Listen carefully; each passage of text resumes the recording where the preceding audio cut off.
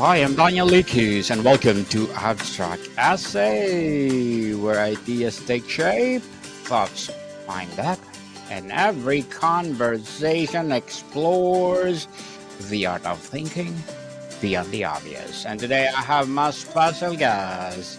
He is a writing coach, award-winning author, and a former CNN senior copy editor. No other than Mr. John Dedakis.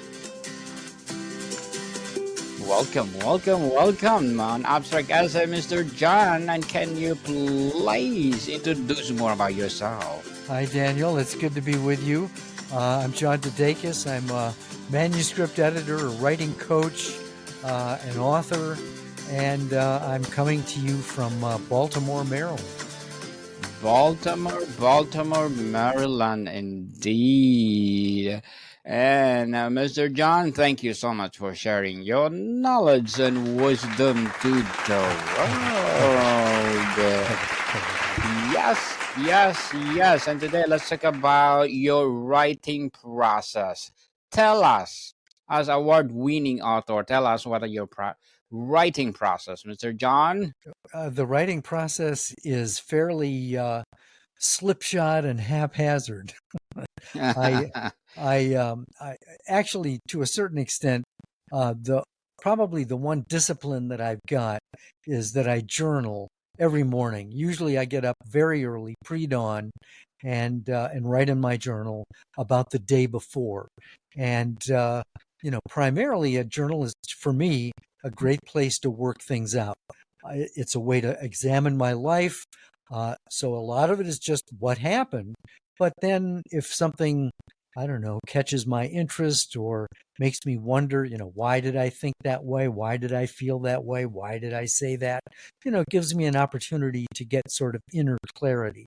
So even though I may not be writing a novel or a memoir or, anything creative, it still gets the pen moving and gets my brain thinking. But that is also the time when I do my creative writing, when I'm working on a novel or some other project, because there are no interruptions. I'm fresh. And so I've found through trial and error that the early morning hours work best for me. Mr. John, tell us, what are your ups and downs in your writing process? What are my what? Ups and downs. The ups and downs. I don't really have a problem with writer's block. I did have a problem once with it when I was a reporter, when I was a radio reporter working. Actually, I was an anchor at a radio station in Madison, Wisconsin in the 1970s. And my job at the time, it was a part-time job because I was a student at the University of Wisconsin. And my job was to do an hourly newscast. But it was just taking me so long to write. I was, second guessing myself, and I just wasn't getting anywhere. So I went. The transmitter was out in the boonies and by a cornfield, and in frustration, I went outside, got on my knees, and I prayed, "Lord, help me to write well and fast." And even my prayer needed editing because I wasn't trying to tell God to, make me, give me an answer fast. I wanted to be able to write fast and to write clearly. And yet that simple prayer was enough to break the logjam. And I went inside and, banged out a newscast and never really looked back. I've never really had a problem with writer's block. So that's sort of that's a down and an up. Mr. John, how do you typically start your writing process? Do you have any rituals or routines? Not really. I mean, there's the whole planning versus pantsing thing, and I like to have an idea of where I'm going when I write something, but I never plan nearly as well as I think I do. So often in the middle of a project, I get stuck. I don't really know how to connect the dots to get to where I need to go. And so then I do sort of seat of the pants writing. And if I can get my characters talking to each other, then that throws enough light down the path so that I can, get make a little more progress. So it's a combination of seat of the pantsing and planning. So I guess you could say I'm a planter. Plancer, I like it. Do you have a favorite place? Where do you feel most creative? Probably where I am right now in the downstairs of our three-story place townhouse in Baltimore. I can see out in the backyard. It's green. It's a lush area. Of course, pre-dawn, I can't see out Yes. there at all. But I don't need to be in a specific place. As a journalist, you don't have the luxury of having everything just right and waiting for the muse to arrive. You just write because you're on deadline. I'm not on deadline anymore, so I prefer this setting, but I can basically write just about anywhere. Where do you find the most inspiration for your stories or characters?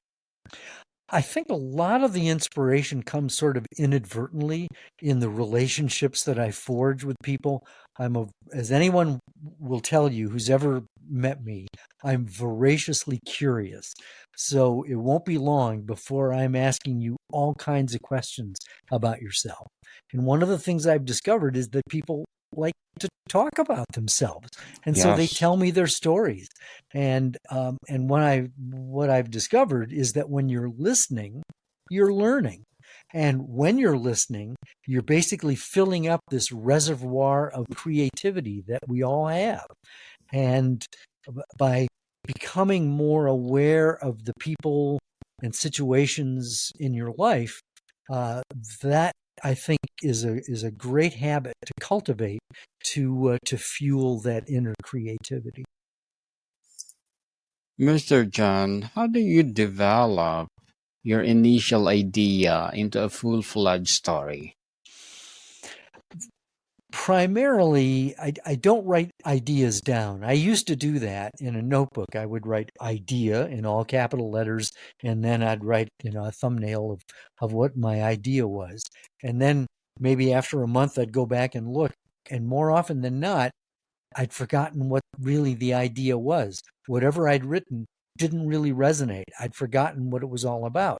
And so now the ideas are usually questions that I'm working on in my personal life that I'm trying to work through and or that I'm interested in and curious about.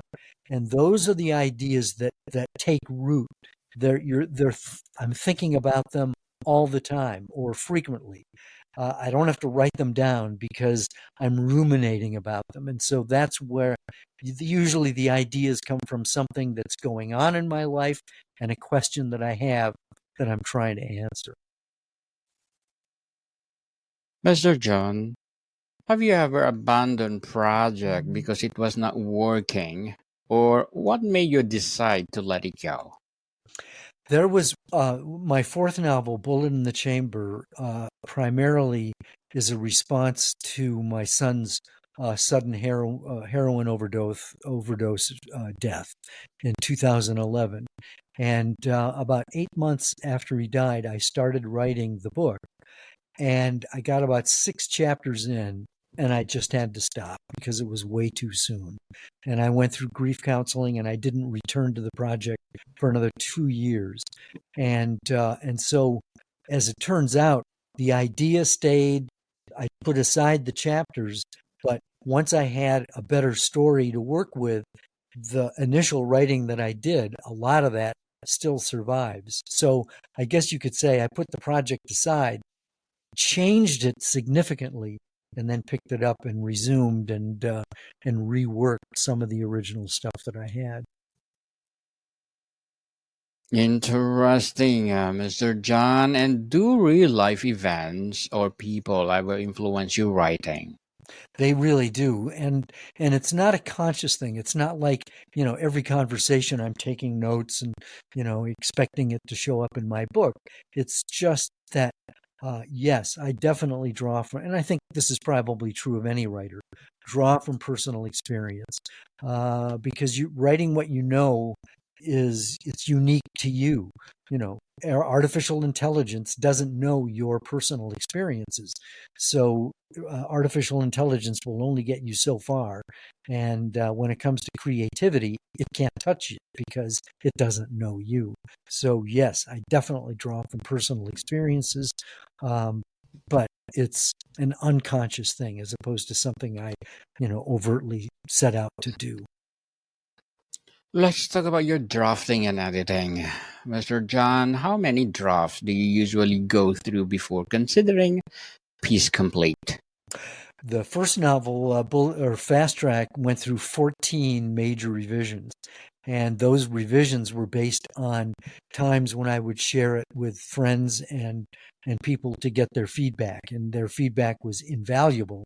So I obviously was reworking it and reworking it. And the closer you get to publication, the more you're writing for an audience of one, your editor, your agent, or whoever.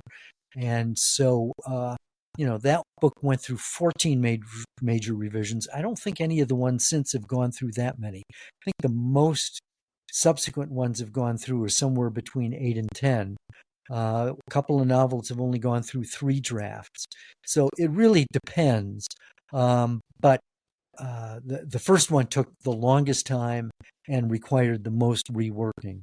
But the more experienced I get, the more comfortable I get with the process, the faster it goes and the more efficient I am, so that I don't really have to do as much reworking. Mr. John, do you edit as you write or do you wait until you have a full draft? A little of both. I like to write the project all the way through and then go back. And that the reason I do that is that, getting all the way through the project is an important psychological hurdle, because when you get done, it's done. It sucks, but it's done. And so you've worked through all the major problems. But I also, because I am an editor, I like to I copy edit it. I go through it a couple of times before I lock it in. So I may stick with it a day or two before I lock it in and then move on. And then I don't loop back, to make it better. I really feel it's important to make that forward progress, because once it's done, it's that discovery draft. It's a steaming pile of whatever. And then you go back and make it coherent. It's important it's important for me to write it all the way through and then make it better. What's the most challenging part of a writing process for you, Mr. John? Oh, the hardest part is that empty page, staring you in the face and wondering, what am I going to do here? But if I can get my characters talking to each other, that's like having little flashlights on your knuckles, throwing enough light down the path so that you can write a little more and a little more and so on. So, but it's that blank page that's just death. Do you use beta readers or critic partners, or how do they help shape your work? I have beta readers, I have an alpha reader now, my wife. She wasn't always the alpha reader, but for Okay. Enemies Domestic is the most recent one. And Cindy and I came up with the idea together. I would do the writing, and then she would read it and give me notes. And so she read every chapter all the way through and helped me get my protagonist out of a lot of tight spots. And then you turn it over to people who are more objective.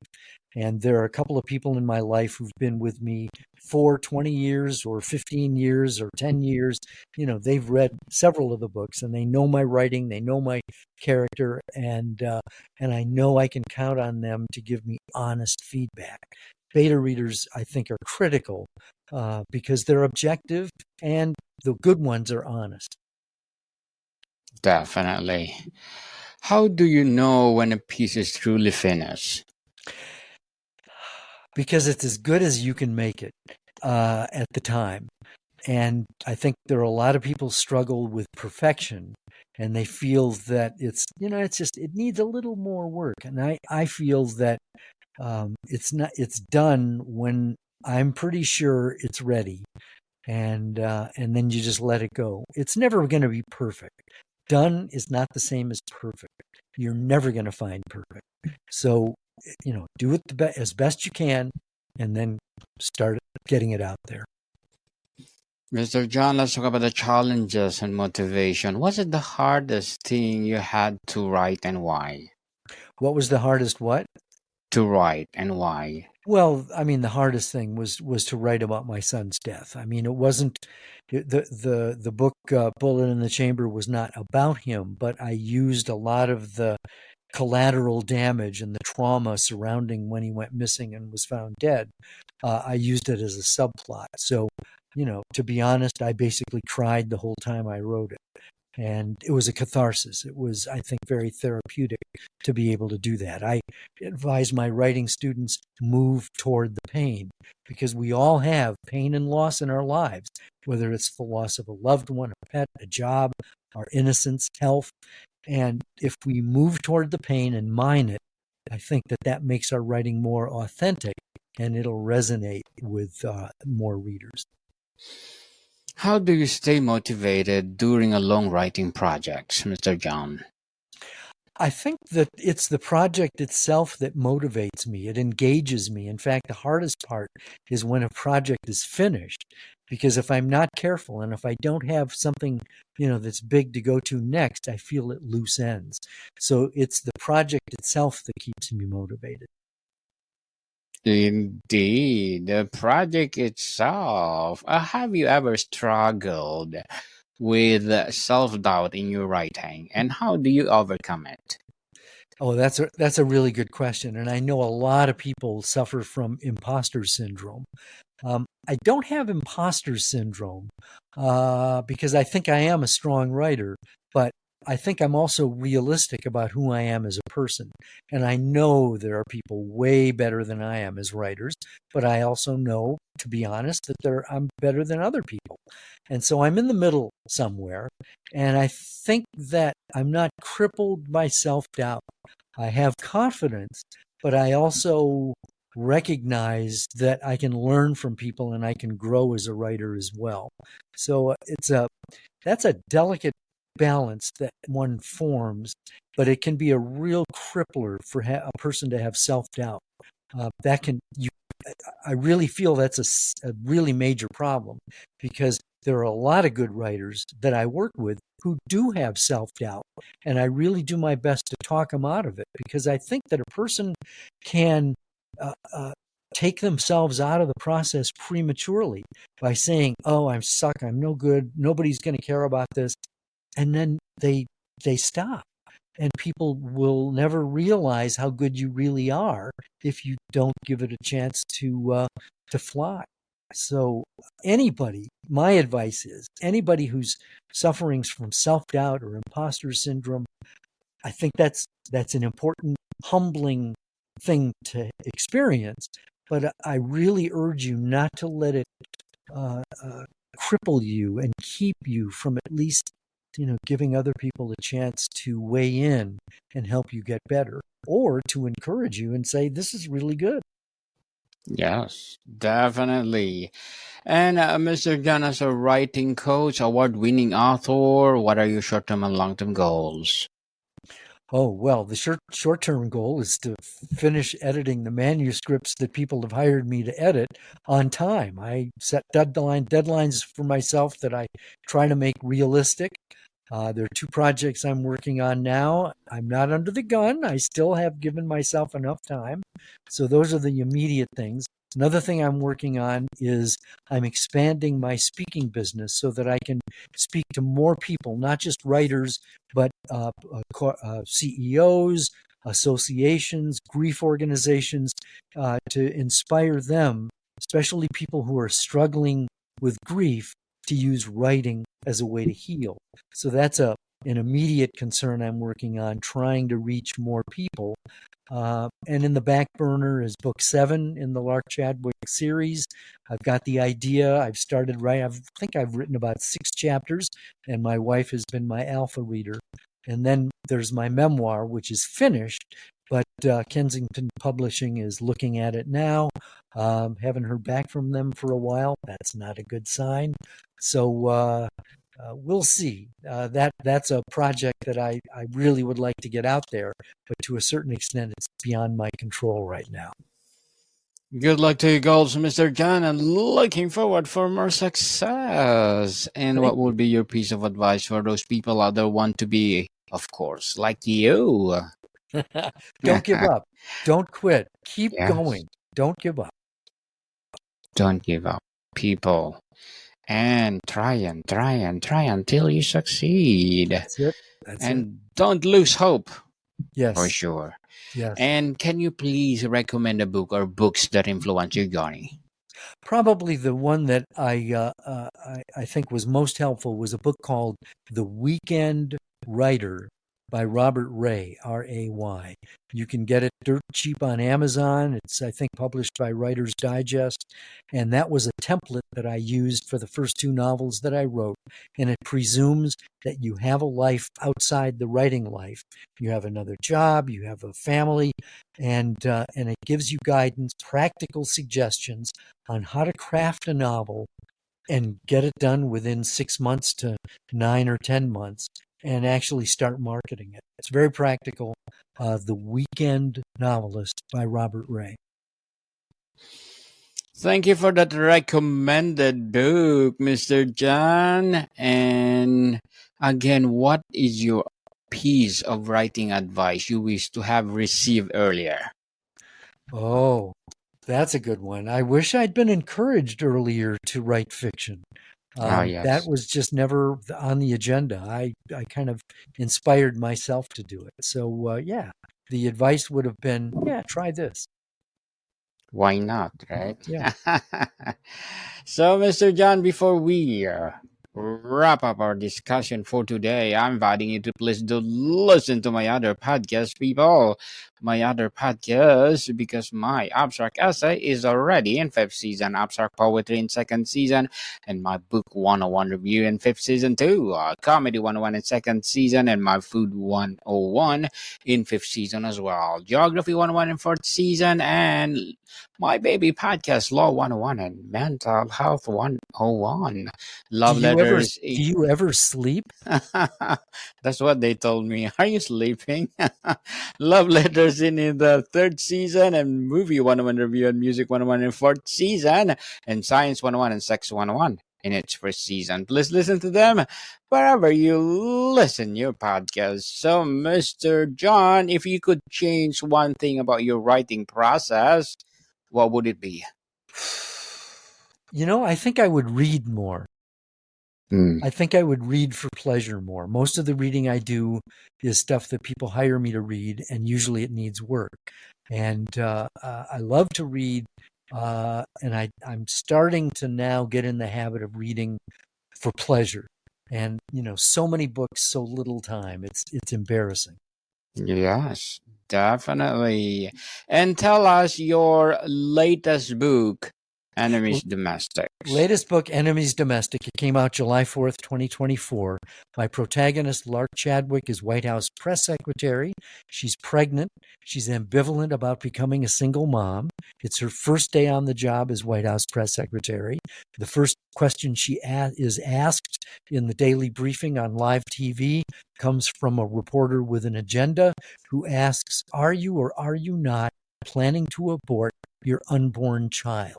And that thrusts Lark into the middle of a highly toxic and polarized political fishbowl, and a dictator becomes president. And so it's a political thriller ripped from reality. Mhm. Yes, Mr. John Dedakis. Thank you so much for sharing your knowledge and wisdom to the world. So can you please invite our listeners to support your advocacy, your books, or whatever projects that you're doing right now? Support my projects right now. Yes. And where do people buy your books, Mr. John? Best place is at my website, johndedakis.com, John, D as in dog E, D as in dog A, KIS as in Sam, johndedakis.com. Yes, people, let's support Mr. John Dedakis, because if you support him, for sure, more and more award-winning piece novels to come. So, Mr. John, Thank you so much for your time. Thank you, Daniel. Yes, more to come, people. See you soon.